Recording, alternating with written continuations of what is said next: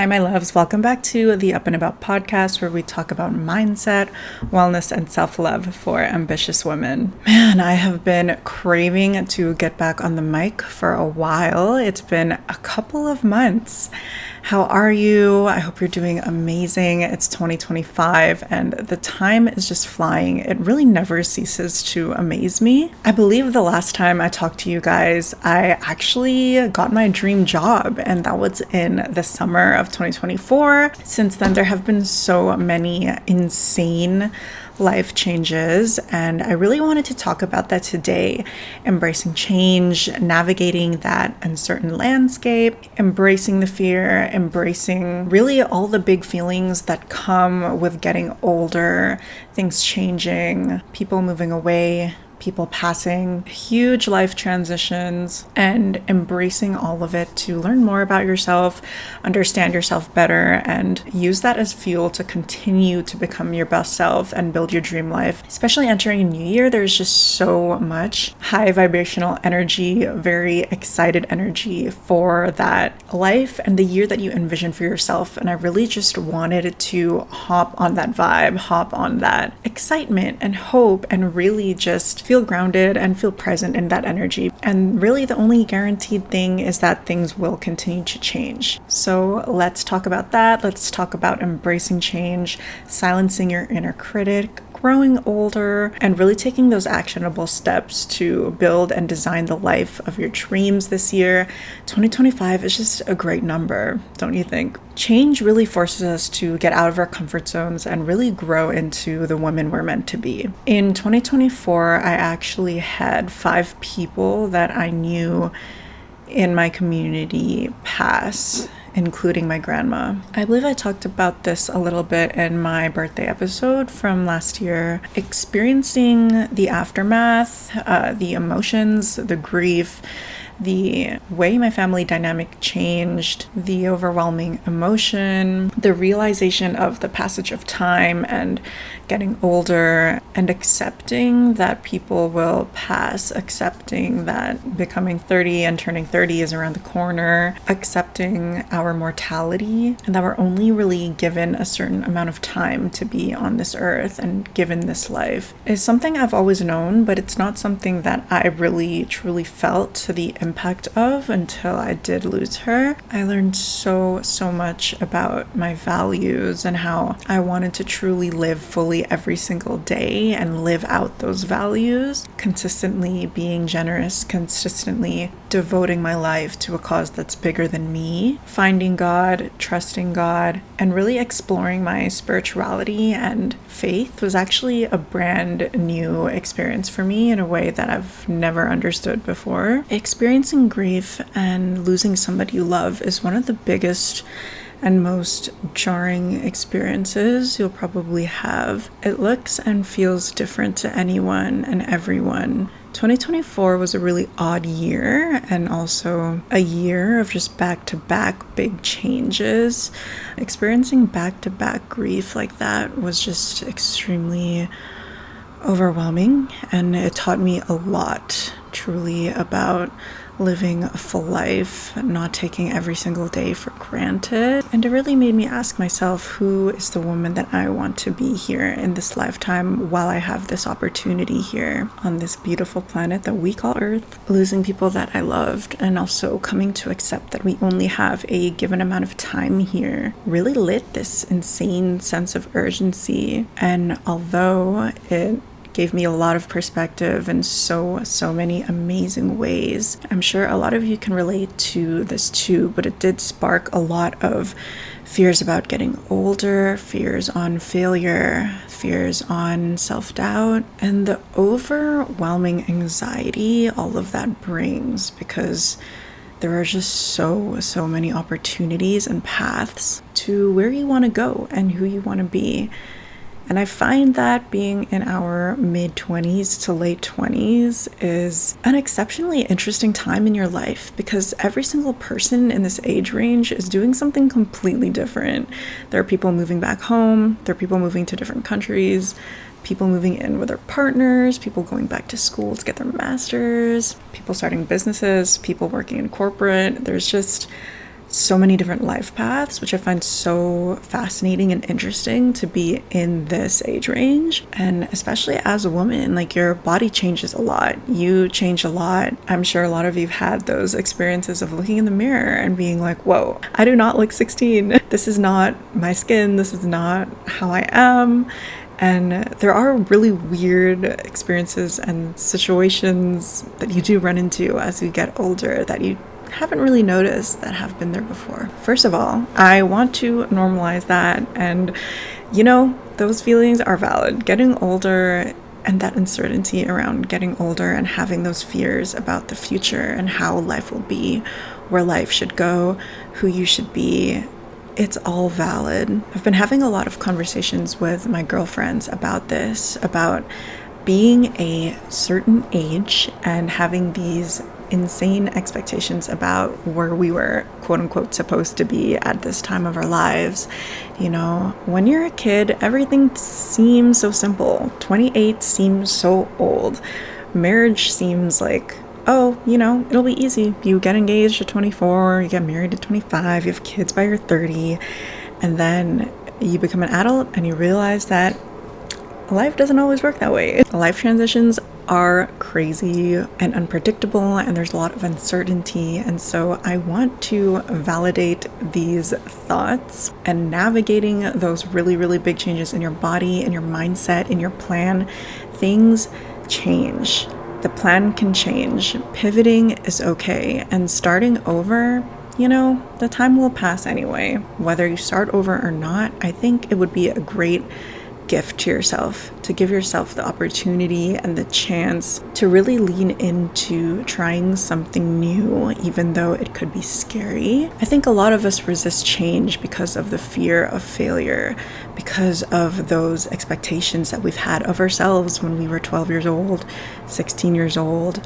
I want to offer you a challenge and ask yourself what that would look like if we really just let go of these expectations that we have of ourselves, and really ask ourselves what it would be like to live a life that is really authentic and aligned to present day you, who you are right now, and let go of those ideas and beliefs that you've had of yourself and where you're quote unquote supposed to be when you were 15. I think you should give yourself grace for doing your best up till this point. You've worked really, really, really hard to get where you are to this moment, and it can be so easy to get wrapped up and caught in the what's next? What is there to do now? Instead of taking a breath and slowing down and taking a really, really long pause and looking around and counting your blessings and counting everything that you've worked hard for. Some of us might even look around and even say, oh my gosh, this is the life that we've wanted. This is the life that we're living, the one that we've always prayed for and worked towards. And it's easy to take that for granted when you have it every single day. That's insanely human. And it's also insanely human to think of the next thing. I would just ask, whenever you have a moment to journal to yourself, what is currently something that you have right now that aligns with the life of your dreams, that you've worked so incredibly hard for? I find that being more mindful and being more grounded and being more aware of what you're grateful for every single day really allows me to slow down.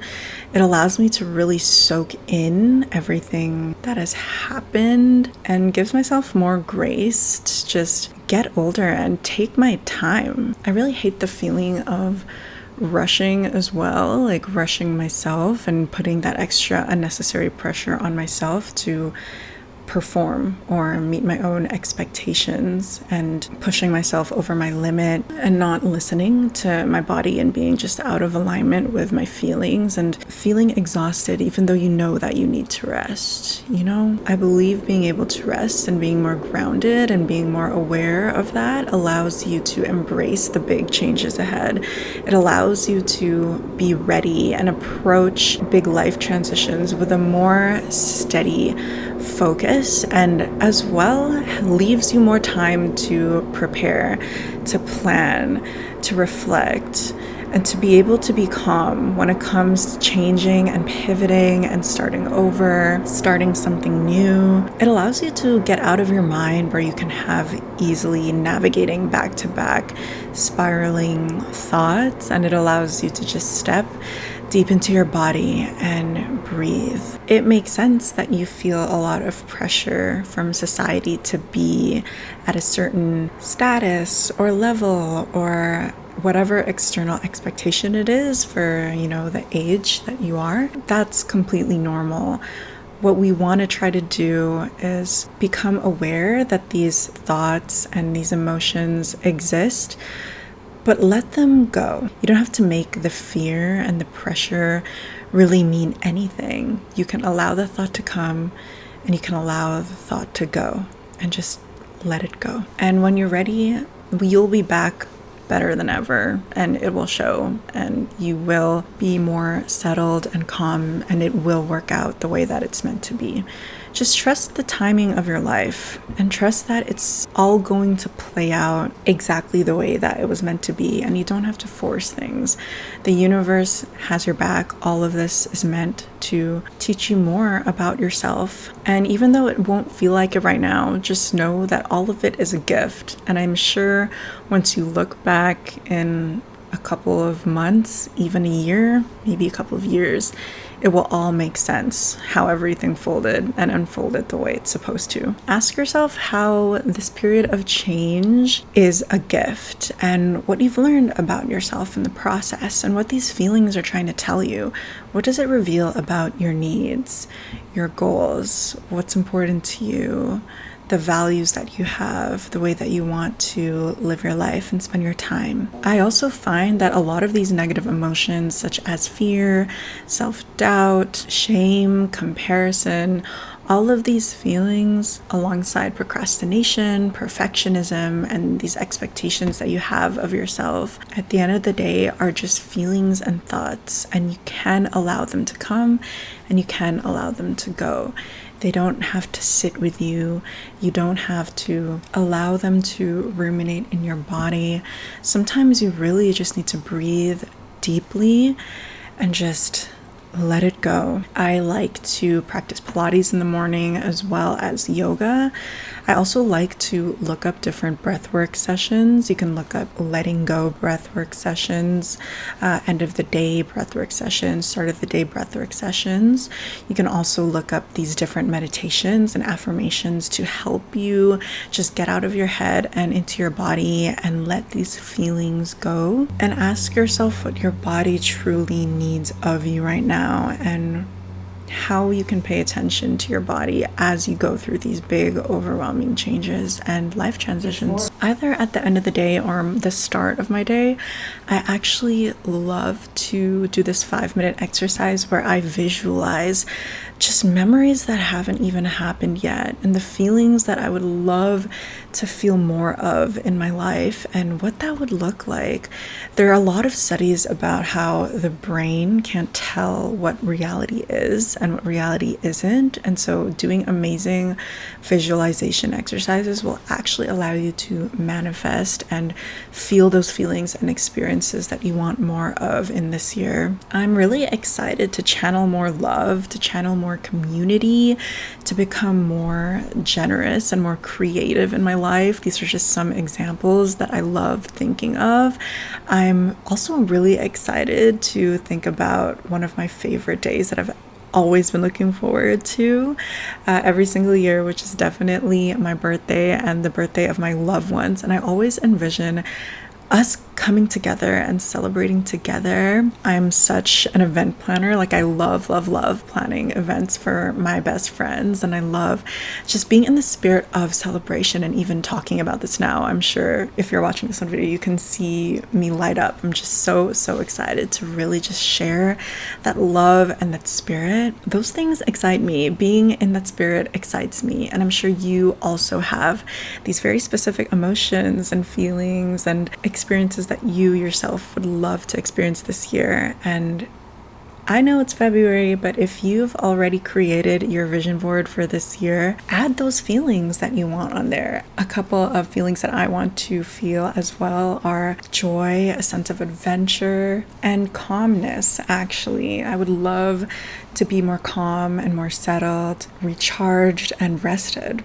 As the year starts and 2025 really unfolds, I really do encourage you to ask yourself, if this societal pressure did not exist, what is truly authentic to me? What is the life that I envision for myself and is authentic to me, whether or not that requires more of or more less of my energy and my time and my commitment into building something new, building something different, trying something new, experiencing new people, having these different expectations of myself, and taking a new path I never thought I would. As I get older, even though there's a lot of uncertainty and change and fear, how is this a blessing to me? What are the blessings that I am currently living out that I've worked so hard for? I realize every day that aging is a privilege. Your dream life is really predicated on the life that aligns with your values and what really truly matters to you.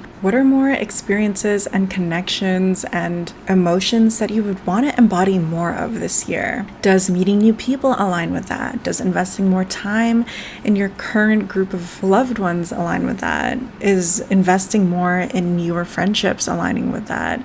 Investing more in your professional life, your circle, mentorship, reading more books, going to more events, putting yourself out of your comfort zone, does that align with that? I really want to emphasize that one thing I've also learned is that the life of your dreams and every single thing you've ever wanted is really on the other side of challenging and hard conversations, challenging emotions, and is really on the other side of the fear and the anxiety that you have. Don't forget to celebrate yourself, your milestones, and give yourself grace for the fact that you've worked extremely hard to get to this point. I'm really curious to see how your 2025 goes. Please leave a comment below, whether you're watching this on YouTube or on Spotify. I would love to hear from you. I'm excited to be back on the mic and just interact with you guys again. I really missed this, and I have so many experiences and lessons that I want to share from even my last year. I have a lot of thoughts about turning 28 and having 30 being around the corner, breaking through your conditioning and what you believed your whole life and wanting more for yourself, overcoming that guilt, overcoming that shame, and every single thing around the mindset of having what it takes, of being an ambitious woman and navigating your mid to late 20s, both the amazing and the lows. I just want to talk about it all with you. I hope you have an amazing week, and I look forward to hopping on the pod with you next. If you want to keep up with me, Isabel, outside of our pod, then follow me at Isabel on Instagram at YZOBEL. And if you want to keep up with our community at Up and About Podcast, follow us at Up About Podcast on Instagram. And share this with a friend who you think needs to hear it. I'm so excited to meet them. All right, guys, have a wonderful week. I'll talk to you soon. Bye.